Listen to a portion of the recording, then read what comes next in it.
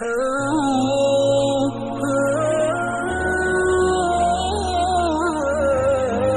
لأهله والصلاة على أهلها أما بعد. سامعین کرام اور اسلام سے تعلق رکھنے والے خوش قسمت اور خوش نصیب لوگوں، اللہ رب العزت کا فضل و عنایت ہے کہ جس حق سبحانہ و تعالی نے ہم سب کو اسلام اور ایمان کی دولت سے مالا مال فرمایا ہے۔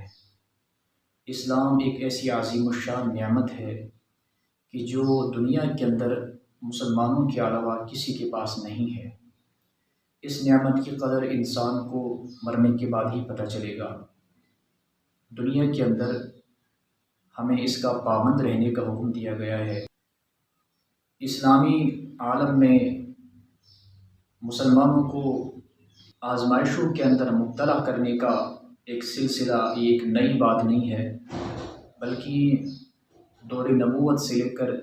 1400 سال سے لے کر آج تک یہ سلسلہ جاری ہے۔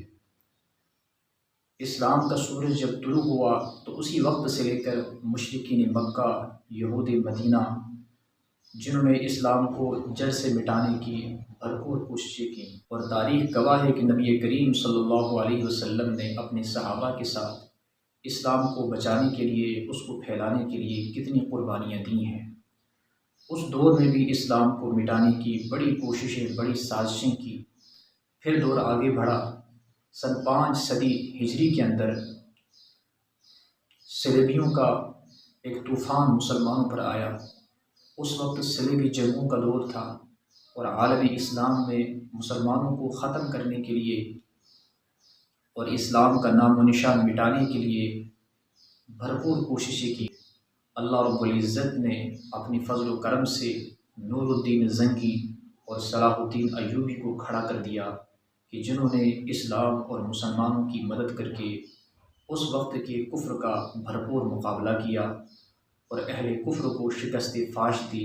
بیت المقدس کو آزاد کیا۔ سلسلہ آگے بڑھا، اور سن 7 صدی ہجری کے اندر تاتاریوں کا ایک ظلم مسلمانوں پر آفت بن کر آیا، اور جنہوں نے خون بہانے میں، ظلم و تشدد کرنے میں کوئی کمی نہیں چھوڑی، جن کا مشن یہی تھا کہ عالم اسلام سے اسلام کو ختم کیا جائے۔ مگر اللہ رب العزت نے اپنی قدرت سے اسی خاندان میں ایک حکمران کو کھڑا کیا جس کے دل میں اسلام کو حاصل کرنے کا، اسلام کو سیکھنے کا جذبہ پیدا کیا، اور پھر جمال الدین نامی ایک شیخ کی رسائی ان کے دربار تک ہوئی، جن کے ہاتھ پر انہوں نے اسلام قبول کیا، اور پھر ان کے جتنے خاندان کے لوگ تھے تمام مسلمان ہو گئے۔